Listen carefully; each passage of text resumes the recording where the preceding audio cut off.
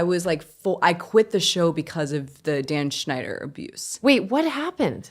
So do you know the Britney Spears story? No, I don't know any of this stuff. Wait, this is amazing. I'm like Philly. And Britney's an amazing person. She has apologized to me personally. Oh, wow. Britney Spears apologized, but Nickelodeon hasn't.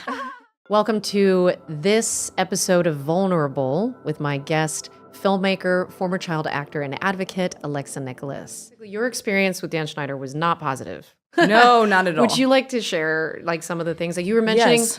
in our prep call? We talked about the wardrobe room, and then you mentioned about the wardrobe person who I guess was complicit in that kind of behavior.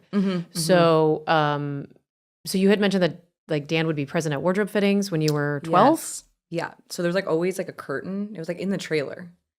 And there was always a curtain. And I remember he was so close to the other side that I could hear like the chair, creaking whenever I was changing. Like it would like move and shift and I could actually just like hear it because it was right on the other side. And when I got older, I looked back at that and was like, oh, that's so weird. I don't remember any other creators in every single like wardrobe fitting. Yeah, there's a reason there's Polaroids taken. And he would ask for those Polaroids. Yeah, that was after they were weird. taken in the room. He's like, you're in the room and you also need the Polaroids. And I had to wear very, very short skirts to the point where I had to wear biker shorts underneath the skirts, and they had to cut the biker shorts because the biker shorts were longer than the skirts. Okay, how did they enable his behavior?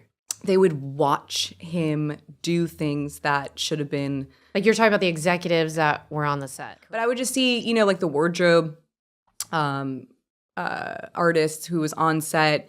She would be like massaging his shoulders in the tent and like regularly. And he would always have like, it was like females always massaging him in the tent. And I just remember always going back there where my chairs were and he was just always being massaged by a female.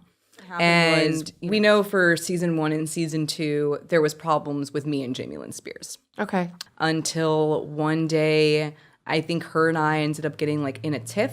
Okay. About a boy. Fast forward, it's our last day for season 2. The talent coordinator comes to the trailer, knocks on the door, tells my mom he's bringing me to makeup and hair. He looks down, I remember, and says, actually, Jamie and Brittany want to talk to you in the trailer. Oh, boy. So I remember walking up into the trailer, and as I opened it, I remember turning to my right to say something to Ian, and he disappeared. So he left me there. Okay. He left a 12-year-old, 13-year-old there. And he's a talent coordinator. Okay. And so when I open the door, I see Jamie run to the back of the trailer. Like she just runs.